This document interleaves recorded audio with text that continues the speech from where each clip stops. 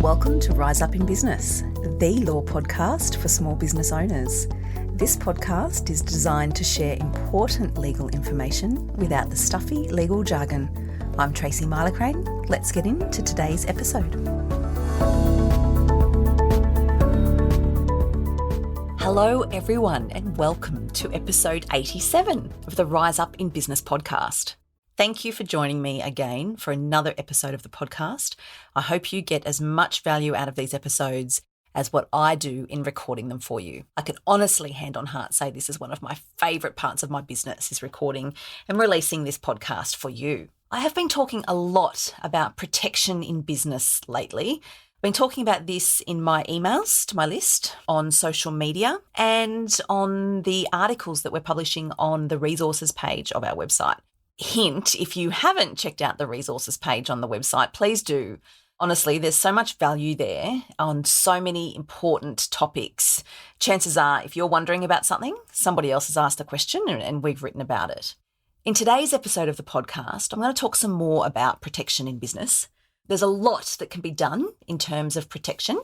Proper planning, some good information, some good education, and you really can set yourself and your business up to deliver real peace of mind and confidence as you move forward on your business journey. And that's what I'm all about. I'm helping to educate and empower you to have the knowledge that you need to take the steps that you need to take to achieve that peace of mind and confidence.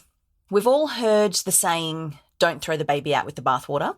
Well, same goes when it comes to things not going to plan in business. So you set yourself up properly early on, and then there's no need to throw your family home out with the business water. So let's dive in and talk a little more about that.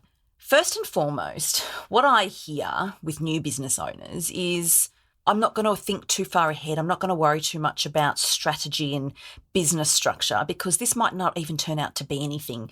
You know, it's all too hard. It's all complicated. I just don't want to spend the money to set up a company as a business structure. So I'll wait and see how it goes. I'll have a crack at this, see whether it turns into anything. And if it does, then I'll think about all that later. No judgment here. I hear it a lot, so I know it's common and that's okay. But what I do say to that is, why don't we flip it? And rather than thinking this might not even be anything, so I don't want to take it seriously yet and do all the proper things, why don't we flip it and say, I've got the self-belief, I believe in the business, I'm going to back myself and go all in, and this is going to be something. And if we do that, we've flipped the narrative, the mindset's changed, and then we're not putting off and making up excuses or presenting reasons as to why we're not doing the serious things in relation to business protections. Whilst I'm not going to touch on tax and accounting here, because I can't, not only I can't, because lawyers are not allowed to provide financial or accounting advice, but I'm not qualified and I don't have the expertise required to hold myself out as an expert on financial and accounting matters. So when we talk about protections in business and talk about business structure, I'm not touching the accounting and finance side of it for that reason. But I am an expert on the legal side of things, and that extends to your risk mitigation strategy in business and your exit strategy. So that's what I'm going to talk about in today's episode. Whenever I start anything new, I get crystal clear clarity about my end in mind. What do I want to achieve with this? What's my exit strategy? We should all have an exit strategy in our business, not only for if things go wrong and you need to get out, but if things go really well and you want to sell so you can move on to other things. An exit strategy is not low vibing. It's not negative. If you know anything about me, you'll know I'm very spiritual and I'm very much focused on the energetics and a bit woo-woo. So it really isn't a low vibing topic to talk about an exit strategy. As far as I'm concerned, and in my experience, it's smart, it's sharp, and frankly, it's just good business. So too is having an iron-clad risk mitigation strategy. Your risk mitigation strategy in your business is comprised of three things: your business structure, your insurance, and your legal documents. Once you have that risk mitigation strategy wetted down and you are crystal clear that you have done what you need to do to set yourself up for long-term success and to be protected, the exit strategy flows naturally from there. Business structure is something I get asked about a lot. Taking the time to get your business structure right sooner rather than later really can position your business to grow from strength to strength. And it also means, provided you haven't given any personal guarantees as a director and you haven't breached your director duties under the Corporations Act, more on that another time, that's a whole other episode, then what it means is you're protecting your personal assets if things go wrong and you need to call on your exit strategy to get out. So what do I mean by that?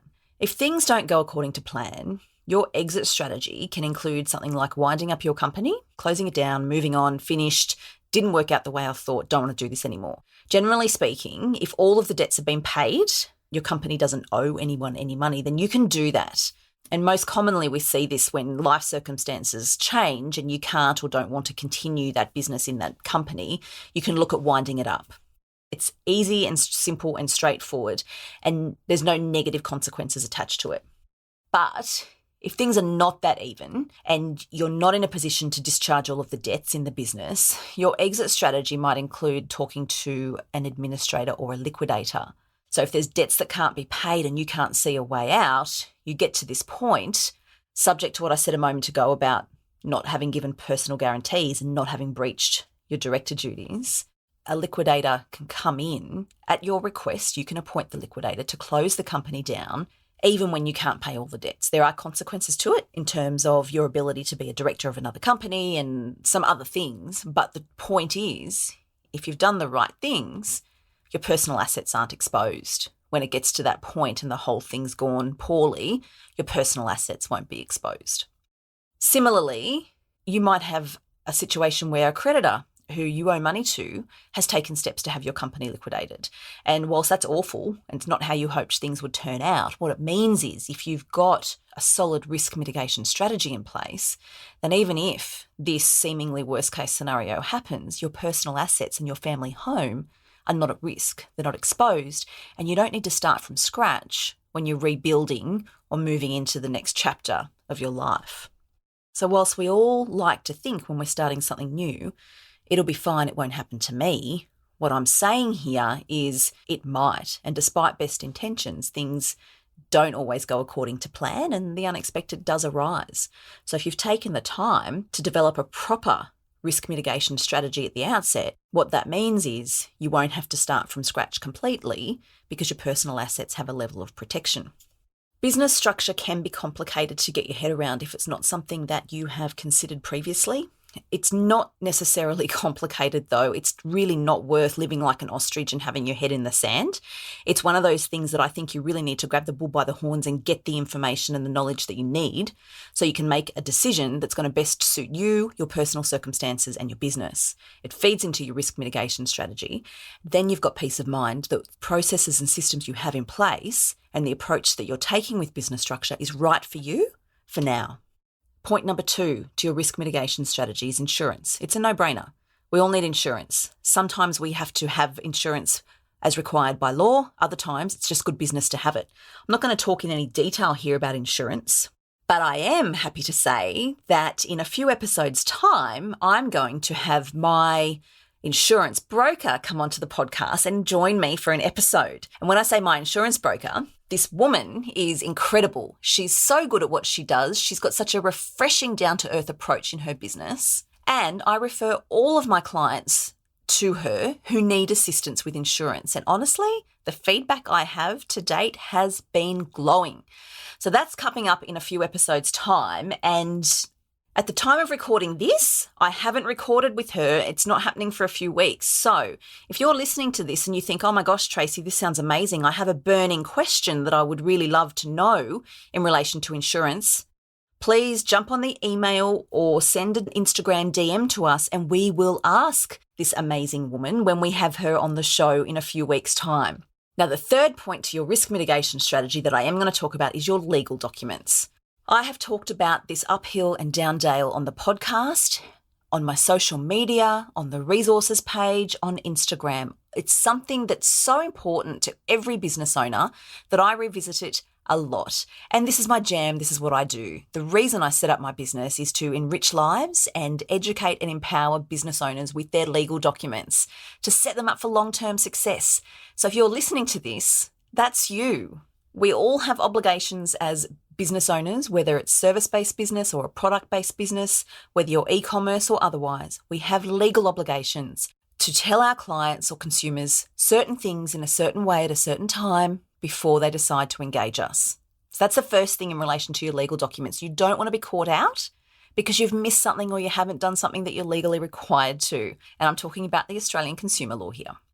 Secondly, in relation to your legal documents and your risk mitigation strategy, is you want to be able to manage the expectations of your client always. So there is no substitute for preparation. You would have heard me say that many times on here, and it's true. The reason I keep saying it is because it's true. So you want to be able to set yourself up with beautifully tailored, branded legal documents right from the beginning of when you start working with clients or when clients are getting to know and trust you. So managing the expectations from the outset is key. Next, you want to make sure you can get paid, okay? And you can't do that on a hope and a prayer. You need to make sure that you're doing all the things you need to in your legal documents so that when you're providing the service or issuing the product, that you have a contractual obligation to get paid. And like all good things, let's talk exit strategy. In your legal documents, there will be an exit strategy. If they're done by me or if they're done by somebody with a similar ethos to me, they'll be tailored for your business and there will be an exit strategy that works for you. There will also be a dispute resolution clause. Those clauses and those considerations are vital if you're going to really rely on your legal documents to protect your business and to build long-term sustainable relationships with your clients and consumers. Without those things, you're leaving yourself exposed because there's a big gaping hole in your documents.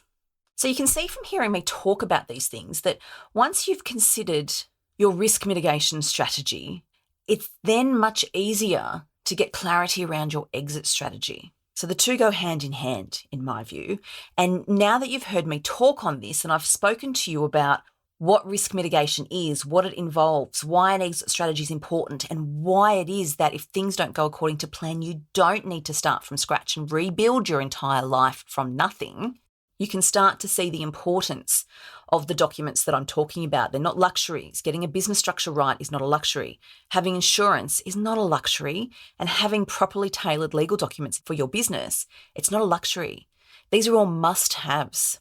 Or as my son would say, who's 8, these are needs, not wants, because they're learning about that at school right now. So this episode's designed to be a bite-sized taste into what it is you need to know about protecting your business, your risk mitigation strategy, and your exit strategy. Now, if you're nodding along and you've ticked all these boxes and everything's in place, then I say go you and go forth and conquer in your business. If, though, you're not nodding along and you're either becoming nervous or curious about some of the things I've talked about, you can feel free to jump over to the website and take a look at the new Legally Empowered Entrepreneur Masterclass series. So I've launched that recently in my business, and that was a culmination of me considering what are the top 5 questions I'm asked in my business and working out a way to make that information and the answers to those questions accessible to more of you at a really affordable price.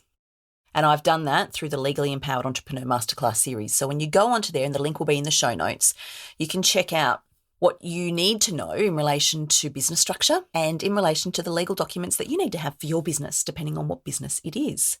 I sat down myself and planned and recorded those masterclasses based on common questions business owners have, pain points business owners have, and I've answered them in such a way that I've shared with you exactly what you need to know in relation to all things business structure, legal documents, whatever the question may be. I've dived in and I've answered it thoroughly in these masterclasses in the same way that I do with my one-on-one clients when they book in for a paid strategy session.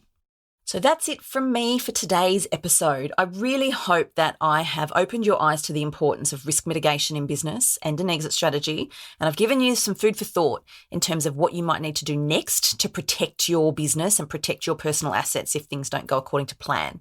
Remember, like I mentioned earlier, if you've got any questions or anything burning you'd love me to ask my insurance broker about all things insurance, let me know, because I'll be recording that in a couple of weeks' time and I will be able to ask her all of your questions so that you will be able to listen to the episode and get the info that you need. Thanks so much for joining me. It's been a pleasure, and I'll catch you next time.